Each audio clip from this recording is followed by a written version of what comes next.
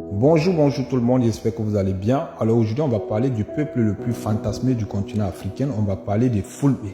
Les Fulbe, aussi appelés les Fulani dans des pays anglophones, les Fellata dans des pays arabophones, les Peuls dans les pays francophones et des Halpula dans des pays tels que le Sénégal et la Mauritanie. Les Fulbe, comme eux-mêmes s'identifient, est un peuple aborigène qu'on retrouve sur le continent africain. C'est les premiers à peupler le continent africain. Ils sont d'ailleurs considérés par plusieurs chercheurs comme la plus vieille civilisation au monde. On les retrouve dans plus d'une vingtaine de pays africains. Ils sont d'ailleurs les plus nombreux et revendiquent plus de 100 millions d'individus.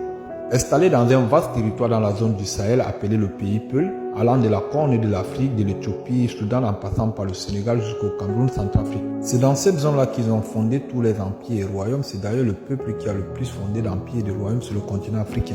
Ils sont connus pour être un peuple traditionnellement pasteur spécialisé dans l'élevage des bovines, mais les Fulbe font aussi d'autres métiers. Parmi eux, il y a des forgerons, des artisans, des pêcheurs et aussi des commerçants et tout cela. Après la conférence de Berlin de 1884-85, lorsque les colons ont découpé le continent en créant des États actuels, les Fulbe se sont malheureusement retrouvés pris au piège, isolés dans différents pays, coupés de leurs frères. Malgré la brutalité de la colonisation, les Fulbe sont des Africains qui ont le plus conservé leurs cultures et traditions ancestrales en intact. Les Fulbe furent l'un des plus grands résistants face à la colonisation, à travers des grandes figures telles que Cheikh Ahmadou Bamba Ba, Djissé Touba, El Hadj Omar Foutiyou Tall, Capitaine Thomas Sankara et de l'amibé tels que Ardo Umaru de Bagno, et tout sera la liste est très longue.